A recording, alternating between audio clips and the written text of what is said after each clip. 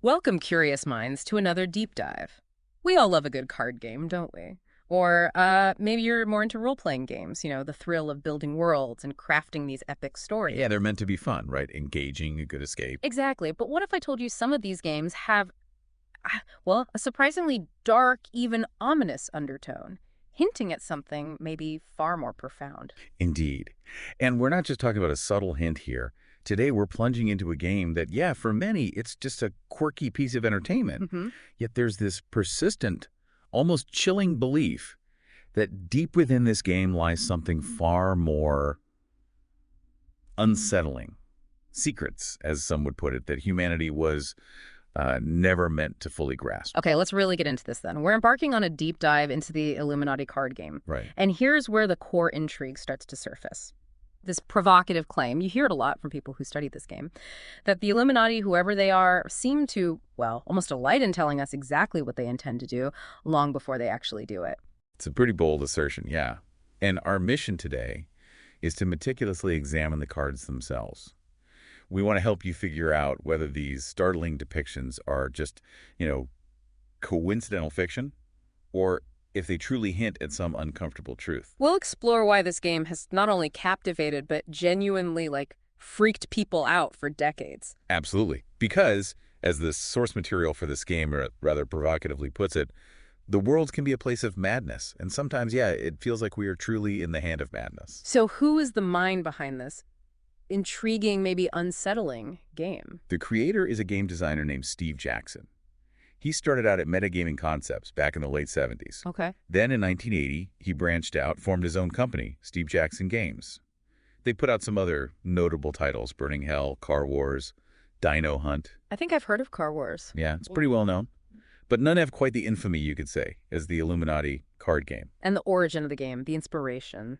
Well, that's just as fascinating. It drew really heavily from the 1975 Illuminatus trilogy of novels. Right, by Robert Shea and Robert Anton Wilson. Exactly. And those books weren't just simple thrillers. They were a deep dive themselves into, well, everything. Mm-hmm. The Bavarian Illuminati, the Discordian Society, which was this real sort of counterculture thing focused on chaos and humor, Mm-hmm. and a whole spectrum of conspiracies, real and fake. They dug into counterculture, cognitive dissonance, even numerology. Wow. And even the game's cover artist, Dave Martin, he's a key inspiration too. Okay, and here's a detail that's it's one of those weird coincidences that almost feels like part of the conspiracy itself. Oh, yeah. Our research dug this up. There are apparently two well-known game developers named Steve Jackson. No way. Yes. One from the US, that's our guy, and one from the UK. And what's even wilder is that both of them independently have worked on the same fighting fantasy game series. That is mind-bending. Seriously. Seriously. Right. Quite a coincidence, right? It definitely adds another layer of mystique to the whole thing. And when you talk about the cards themselves, the sheer number, we're looking at well over 450 unique designs. Over 450. Wow. Yeah, and over 300 of those are considered officially published. But that brings up an interesting point, too, for collectors and researchers. There's a bit of ambiguity about which cards are officially SJ Games releases versus those that might have been designed independently, by outside artists. Adds to the mystery. So with all these mysterious elements, what's the actual goal when you sit down to play this game? It's not just collecting points or something. Oh, no. Forget simple quests. The goal of the Illuminati card game is surprisingly direct. Right. And pretty grand. Which is... To take over the world. Right, of course. Simple. Simple in concept, maybe. So to try to achieve this global domination, you typically need 2 to 6 players. You've got 2 6-sided dice, money chips representing millions of dollars, naturally. Naturally. And the cards, of course. Each player starts by drawing one of just a few special Illuminati cards. Okay, and these represent the secret societies. Exactly. You might get UFOs, the Society of Assassins, the Servants of Cthulhu. Yeah, Cthulhu's in there. Yeah. The Network, the Gnomes of Zurich. That's a fun poke at Swiss bankers. The Discordian Society again. The Bermuda Triangle, the original Bavarian Illuminati. A lot of classics. Oh, yeah. And others like Atlantis, the Adepts of Hermes, Shangri-La. Once you pick your Illuminati, you start collecting income from it, setting the stage for your global scheming. Okay, so you've got your secret society. What happens next? Then 4 group cards are drawn and put into play. These kind of establish the world you're trying to control. And these have alignments. Right. They fall under one of 10 possible political alignments. Things like government, communist, liberal, conservative, peaceful, violent, straight, weird, criminal, and fanatic. So it paints a pretty broad picture of the forces at play. Okay, that makes sense. And then we get to the special cards. These are the ones that really drive the game forward, and maybe more importantly, they're the ones that have caused the most, let's say, unease. Right, the ones that freak people out. Precisely. They contain actions, special attacks, even things labeled as magic. They can drastically change everything. So how does it play out? Well, the player who rolls highest goes first, and play continues round by round. People are taking actions, attacking groups, trying to control them, until one player finally achieves whatever their specific goal is, and boom, they've won. They've taken over the world in their own way. Okay, so let's get into the heart of it now, why this game has this reputation. The specific cards that really unsettle people. Yeah, let's do it. The cards have different colors: red, blue, purple, black.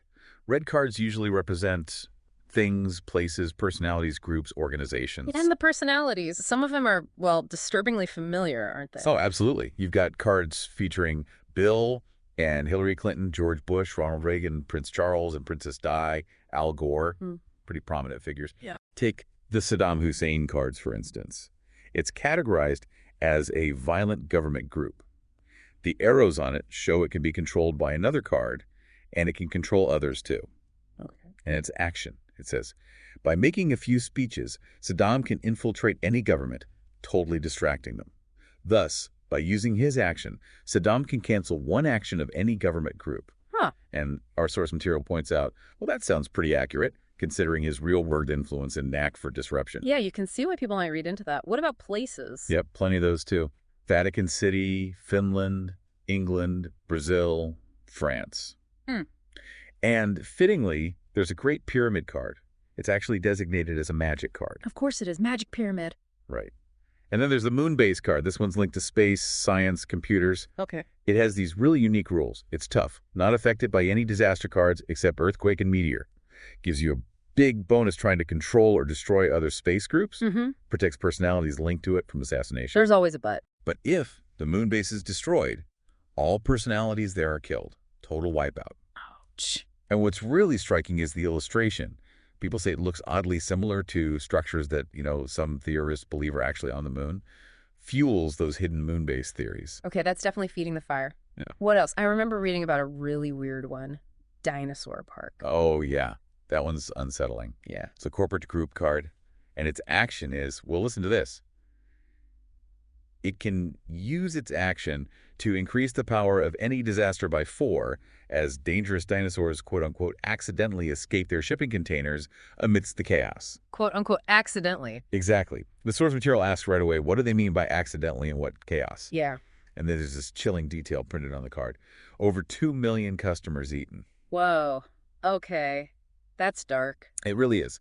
And it leads the source to ask, is this what we have to look forward to? Dinosaurs running loose as in the days of Noah. It's this really stark, kind of apocalyptic image. Man.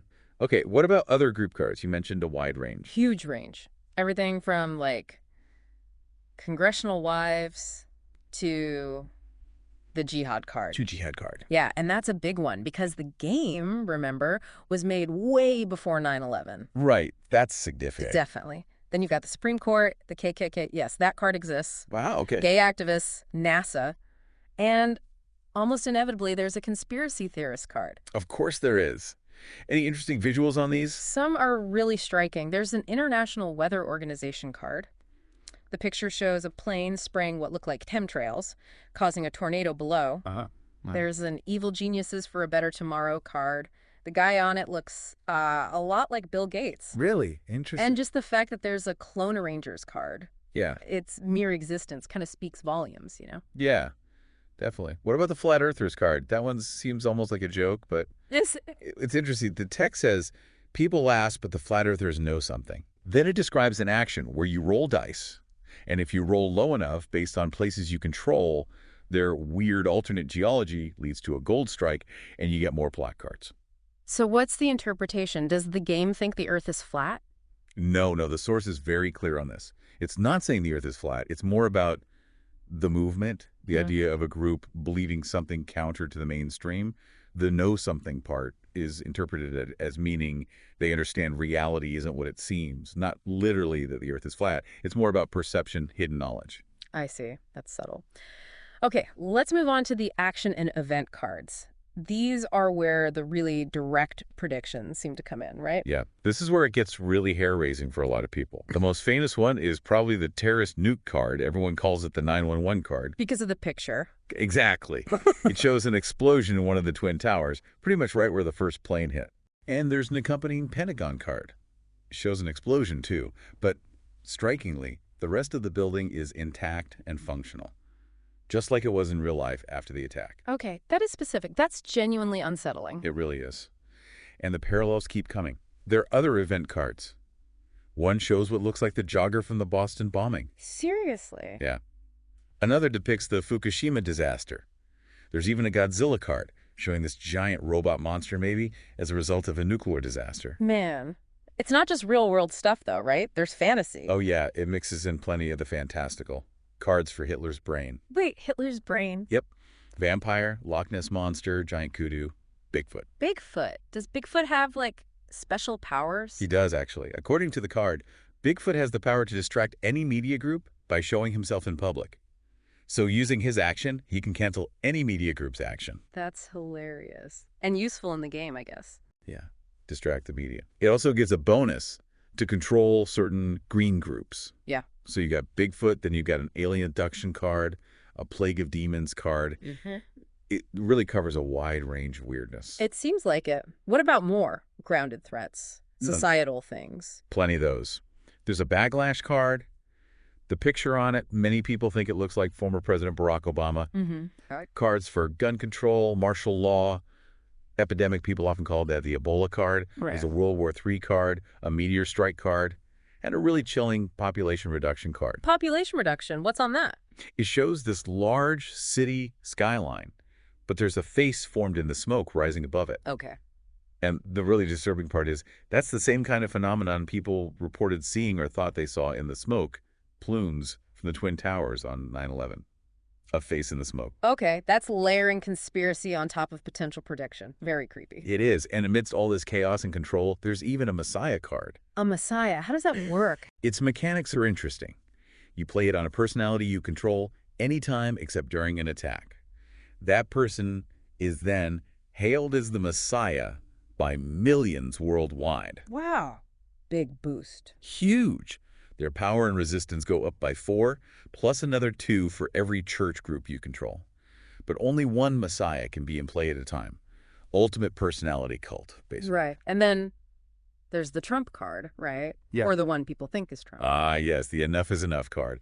The illustration, yeah, many believe it depicts Donald Trump. The text on it is pretty dramatic. At any time, at any place, our snipers can drop you. Have a nice day. Cheery. What does it do in the game? It's a powerful reset. You play it on your turn, and you can remove all negative effects like zap paralysis or attribute freeze, things stopping your groups from acting or weakening them from your power structure. So a clean slate. Pretty much. But the catch is you're so busy with your house cleaning, as the card calls it, that you don't get to draw any plot cards that turn. And the connection people make. The source material explicitly says cleaning house is exactly what Trump is doing, making that direct parallel between the game action and his political actions. Interesting interpretation.